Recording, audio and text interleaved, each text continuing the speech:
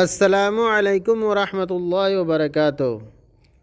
میرے محترم بزرگ دوستو، دین اللہ تعالیٰ نے تمام انسانوں کی دنیا کی زندگی اور آخرت یعنی مرنے کے بعد کی زندگی کی کامیابی صرف دین میں رکھی ہے۔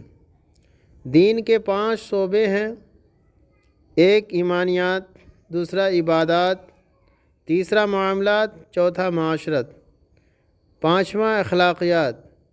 ان تمام شعبوں پر اللہ تعالیٰ کے حکم اور اس کے آخری نبی حضرت محمد مصطفیٰ صلی اللہ علیہ وسلم کے طریقہ کے مطابق زندگی گزارنے کو دین کہتے ہیں۔ یہ دین ہمیں انسانیت سکھاتا ہے۔ اس دین پر چلنے والا ایک اچھا مسلمان، ایک اچھا انسان اور ایک اچھا شہری بنے گا۔ اسی دین پر چل کر وہ دونوں جہان میں کامیاب ہوگا، میں اپنا ٹھکانہ بنائے گا۔